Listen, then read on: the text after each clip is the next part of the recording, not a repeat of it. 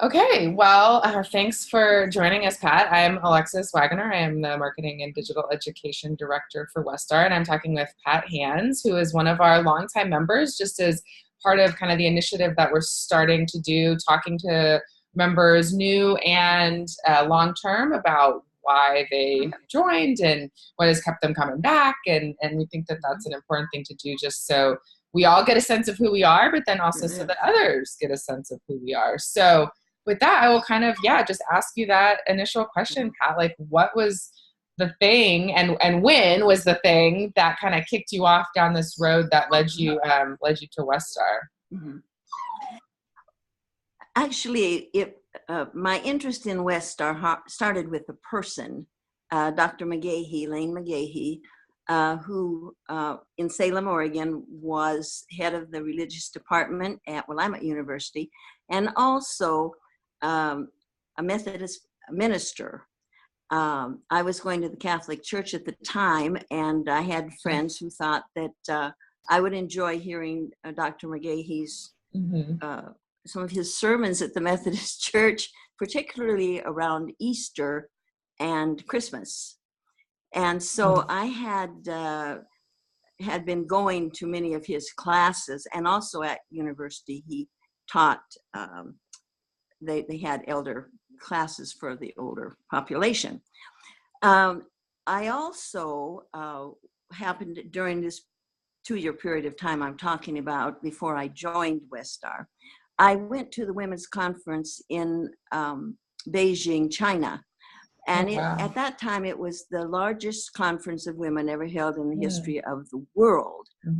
During that period of time, many questions around religion and belief systems came into my awareness. The first was that I met people who were Muslim, Protestant, Catholic, Jews, and I can't think of, but anyway, if they were there, I met them. Yeah. And what I found was that in the spirit of the law, there were no differences. But when we got into the letter of the law, there was hardly any place that we could find to agree. And so, and also at that conference, I became aware of the importance of the lives of Ishmael, Hagar, Abraham and Sarah in the experience of, I guess you'd call it the Islam tradition. And I also saw, and I also heard a Black theologian who had talked about being thrown under the bus, in a sense, when Sarah asked that Hagar leave, and then in our own history in America, where the women of the slave owners did the same, perhaps, or it seemed to be they did, to the Black women that were who acted as the mothers often. So I came home with many questions and spoke around Salem, over 30, including to Dr. McGahey's congregation. And I met many people of all faith traditions outside the Catholic Church, and became friends with them, and continued to have an interest in these questions around religion. I also then lost my husband of 43 years. And at that point, I thought I had probably also ended my life, because I had I'd been married, raised children, gone to school, got my degree, and then been to the women's conference. So that was probably the end. And Dr. McGahey said, he said, I think you might enjoy joining the associates with Star Institute. And having nothing else on my plate, it sounded like a good idea. And at the same time, Robert Funk, Dr. Funk, we called him Bob, was planning a trip to the Holy Land that following January, which would have been, I believe it was 1998. And so another friend of mine lost her husband, and he was a minister. And I said, well, maybe you'd like to go on that with me. And so we both decided to go, and we did. And so with that introduction, what was so wonderful about the Westar was there was a relationship of care and being held. I came upon the word agape for the first time. The affection and the trust between a teacher and a student. The student learns from the teacher, and the teacher learns from the student. And I liked that,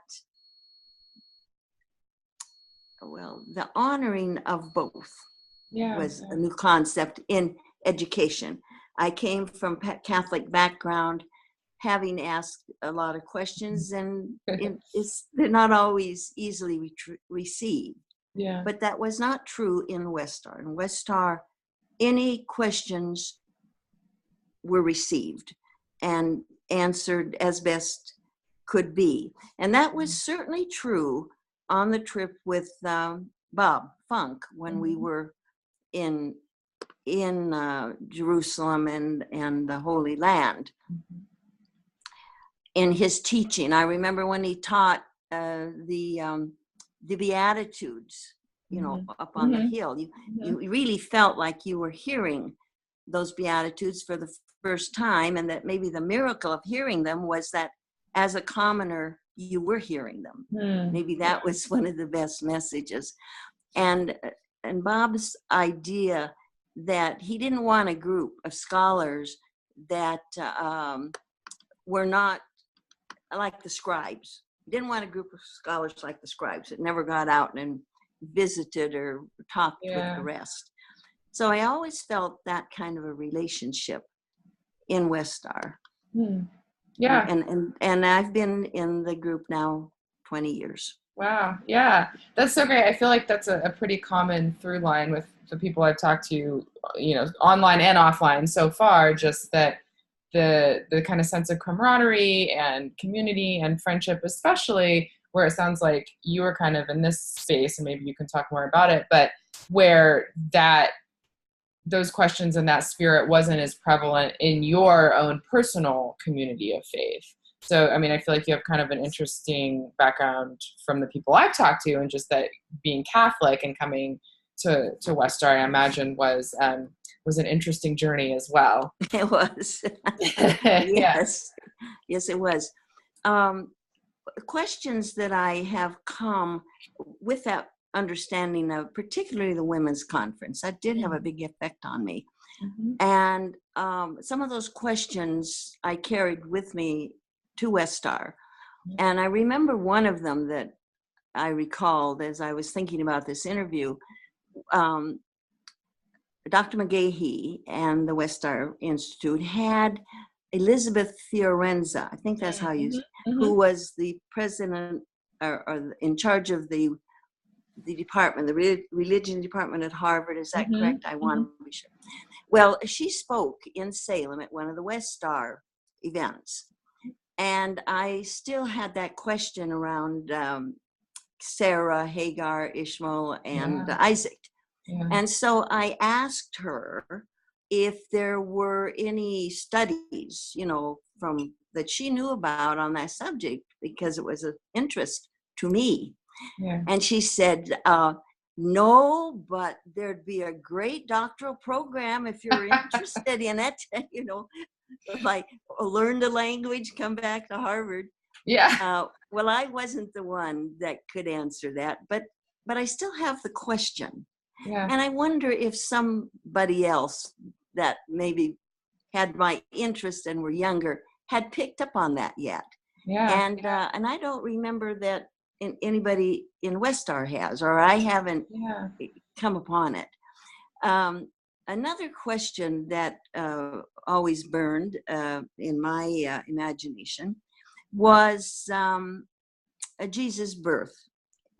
And one day I was walking down the street in Seattle, and I saw a book that said The Illegitimacy of Jesus. And it was written by Shaberg, I believe it was. And she's died, but did a lot of work on that subject. And I saw the book. So I ran into the bookstore, bought it, and realized that she was also a member of the Westar. Wow, cool. So that's been huge. Yeah. And has taken me to the appreciation of other women scholars that, and I'm thinking of one who did so much of the research around the funerary practices during the time of Jesus. And what interests me about that is that in order to keep the men still excited about going to war, they had to stop the women from doing all this keening. When you're losing people in war and you're crying about it and people are noticing it, that wasn't acceptable.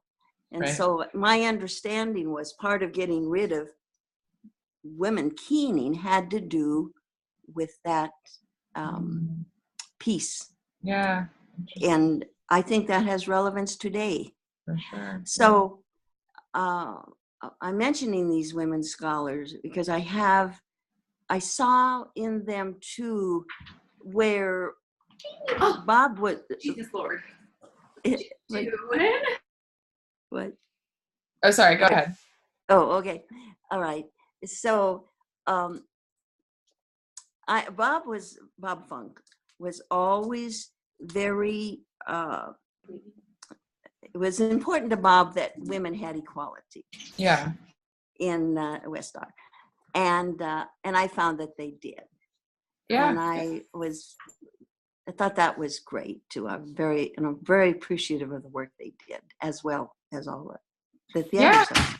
Yeah, cool. Yeah, it's great to hear some stories and people and stories that I haven't, come across yet in my tenure with Westar. So it's always interesting to talk and kind of see what the resources and the things that keep people coming back. And I think, again, that there's some through lines over the years. And I think it also informs our work going forward as we think toward how do we convey that in new ways but still keep that spirit of what has kept people so engaged and so appreciative of the work that Westar has done for so many years. So, well, and just recently I came back from the Elizabethan Theater Shakespeare in Ashland, Oregon, and became aware of, I think they call it Daedalus. Is that Daedalus, which is bisexual. It includes bisexual, multiple sexual. Yeah. So this year, there was special attention to that project. And then I read that in the fall conference in Auburn, that subject is going to be addressed by one of the new scholars at Westar. Yeah. So I'm very excited about having just returned seeing Shakespeare with characters, I didn't know what sex they were. Yeah. That is an interesting play, just that they would do back then, since they didn't, I think wasn't the deal too that they didn't use or have female actors, so they had to do some of that anyway, and so it was even more weird. And interesting. So I come back from that experience, and again I'm very excited and have signed up for what's the name of it? What is that? Auburn. Auburn. Yeah, well, I will see you there in a little over a month, I guess. So sooner than we think. But thank you again so much for your time and for your membership all these many years, but also just sharing your experiences and being willing to chat with me. Thank you. Absolutely.